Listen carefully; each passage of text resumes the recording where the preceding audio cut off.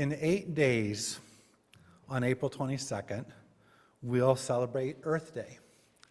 It's the 54th time that we'll be celebrating Earth Day, with the very first time being on April 22nd in 1970. That first Earth Day was initially proposed by Senator Gaylord Nelson of Wisconsin, following what was a massive oil spill off the coast of California, off of Santa Barbara, California, that instantly killed over 3,600 birds caught in the spill. That day was initially conceived as a small-scale teach-in, but it quickly became a national and global movement that helped launch the formation of the Environmental Protection Agency the same year. And since then, it's become an annual event. And in 2009, the United Nations passed a resolution that April 22nd would be globally designated as International Mother Earth Day. The New York Times, in describing that inaugural Earth Day event in 1970, described it as one of the most extraordinary happenings ever to hit the great American heartland.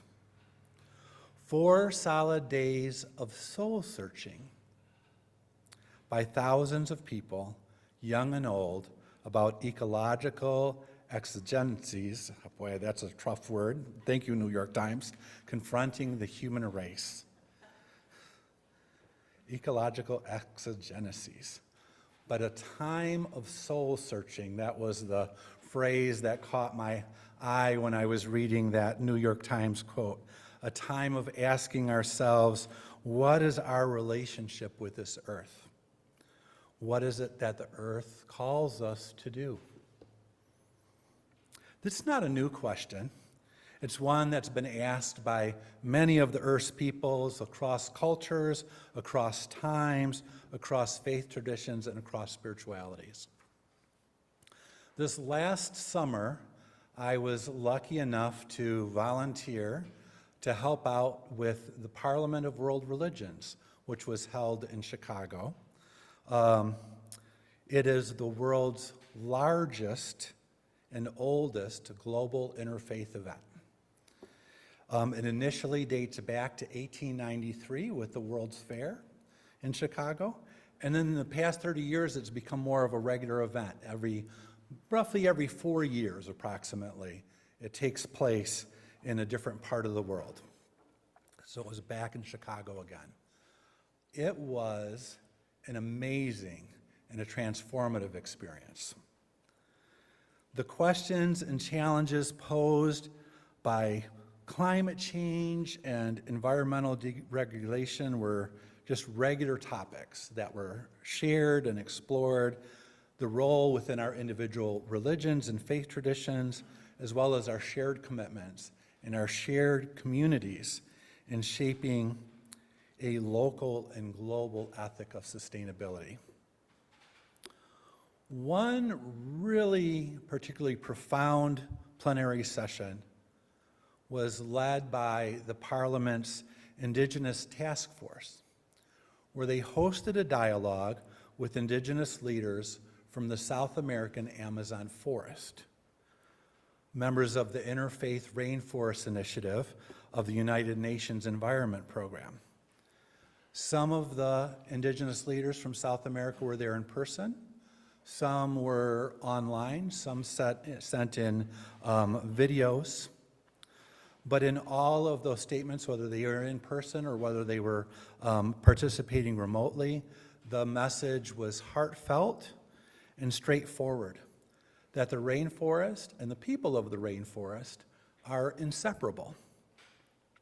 It's impossible to talk about saving and preserving the rainforest without honoring, respecting, and protecting the peoples of the rainforest. To be in relationship with the earth cannot be separated from a relationship with the earth's peoples. This amazing session was recorded.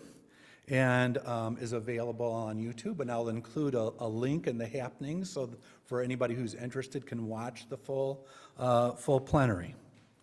But each of the speakers in their own way talked about their relationship to their people and to earth, what the earth calls them to do, and what the spirit of their people calls them to do, and how the call of the earth and the call of their people are one. Lewis Cardinal, who is the chairperson of the Indigenous Task Force, or is the chairperson, is a Woodland Cree First Nation native from northern Alberta, Canada. In addition to his work with the Parliament of World Religions, he runs a nonprofit with his own children that focuses on building relationships between different non-government organizations, NGOs in Canada, with Indigenous communities in Canada. And in a podcast describing his work, Lewis emphasizes that it's all about relationships. He states, "When I asked elders what is the most critical thing that we as human beings are facing today, the response collectively was relationships." And he goes on to say, "It seems that we've forgotten how to have relationships, not only amongst human beings, but also with our environment, with the cosmos, and with the spirit world."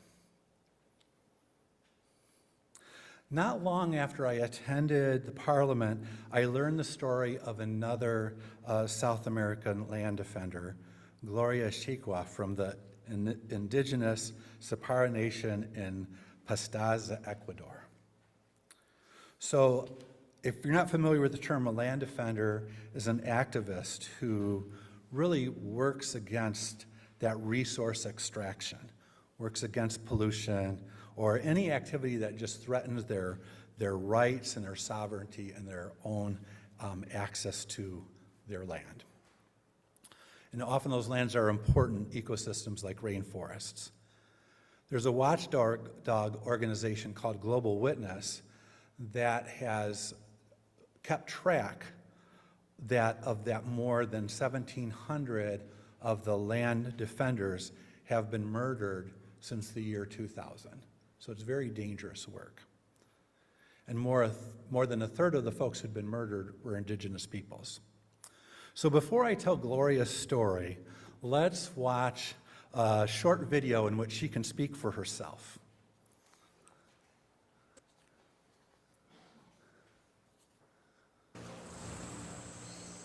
Gloria Ushigua from the Ecuadorian Amazon has a direct, profound connection to the land. As a child, she was identified by her tribal elders as a shaman, a visionary. Gloria is well known throughout her territory and internationally for helping to halt the plundering of her people's land by foreign oil companies. Gloria Ushigua is here to represent her people at the UN. Bueno, mi papel es lo que ellos me nombraron para cuidar todo el territorio de la selva, para que no cortan nada, para que no entran otras personas que hagan daño. Eso es mi trabajo, lo que me entregaron ahora en mi pueblo. Abajo del agua estamos cuidando ahora. La parte que no pueden ingresar otras personas, que no pueden entrar y esos petróleos que son más malos del mundo, que yo no quiero, por eso es lo que estamos ahí. Voy a esperar un poquito más.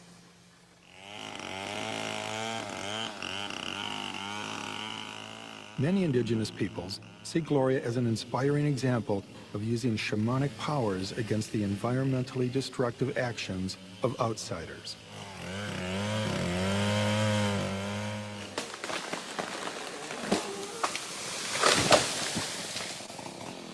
Las otras personas ya quieren hacer otras cosas. Ellos quieren vender porque miran que son libres y nadie están viviendo como somos pocos, somos parte arriba. Bueno, también hay una cosa, mala cosa, lo que yo hice algunas cosas malas para la gente. para otra gente que estaban entrando en mi territorio. Y para cuidar a ellos, toca meter otros espíritus un poquito malos. Meter aunque sea con algún serpiente, una cosa, y ellos quieren trabajar y esos bichos tienes que molestar o morder para que tengan un poco miedo. Thank you. So Gloria's father was a shaman, and before he died, he had told Gloria and her siblings that he had a vision and a dream that they would go out into the world and fight for the rights of their people and fight for the rights of their territory. So Gloria and all of her siblings just have this very profound sense of responsibility to their land, to their culture, and to their people. And so after her father's death, she became more involved in organizing and became more of a local leader, taking trips to the United States to appear before the UN, starting a group, the Association of Sapara Women. And because of her activism, which has brought her in opposition to logging and mining and oil companies, she's experienced harassment, a media smear campaign against her by the government, attacks on her home, and even an attempted murder that took the life of her sister-in-law in a case of mistaken identity. But Ecuador has this interesting, they have in their constitution, they recognize the rights of indigenous people, but the state also maintains a claim to everything beneath the surface, what they call subsoil rights. And so the government of Ecuador had sold a contract for oil exploration to China. And Gloria and the woman of Sapara launched a massive global campaign that included things like letter writing, and it included things like protests, but it also included some direct action of blocking the planes of the exploration teams, showing up at the runway with torches and keeping the planes from leaving the country. And they just kept this pressure on consistently. And it worked.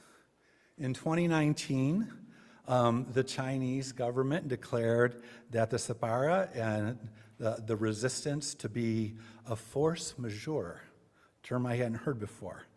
And they terminate their oil contract with Ecuador. And force majeure is an insurance clause, meaning something that's unpreventable, an unforeseeable circumstance, an act of nature. Usually it's earthquakes or hurricanes or things that are beyond human control, things that we often refer to as an act of God. And so Gloria legally became a recognized force of nature, an act of God. Now, I'm not standing here today suggesting we go after planes with torches, but perhaps we too can be a force of nature in our own right.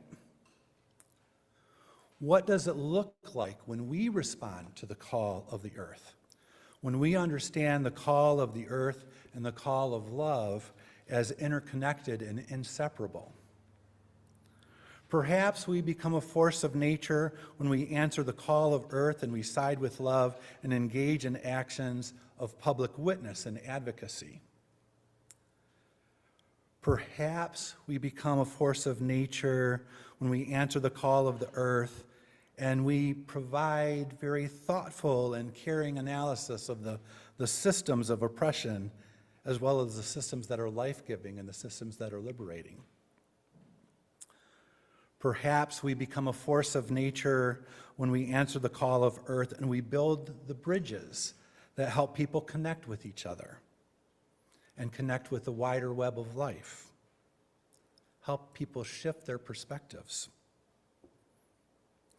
Perhaps we become a force of nature when we answer the call of the earth and we amplify the voices of those who have been marginalized, people like Gloria and the women of the Sapara Nation, or the indigenous leaders of the Interfaith Rainforest Initiative, and find ways to support and partner with them. Perhaps we become a force of nature when we answer the call of the earth and we expand our notion of beloved community to include not only humans, but the other parts of the earth as well: soil, water, plants, animals, the land.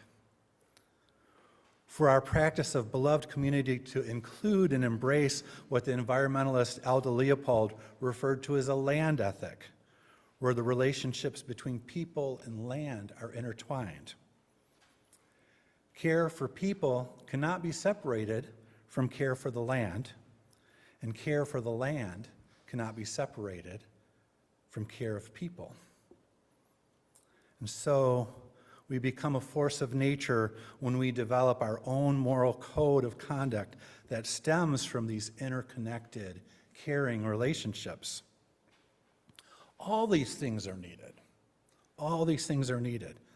And so let's do what we can individually and what we can do together to be in relationship and in partnership with the earth, with each other, with our indigenous siblings leading this work. A deep and abiding love of the earth and of each other is both ancient and revolutionary. Be love and side with love. Become a force of nature. May it be so, and may we make it so. Amen, Ashe, and blessed be.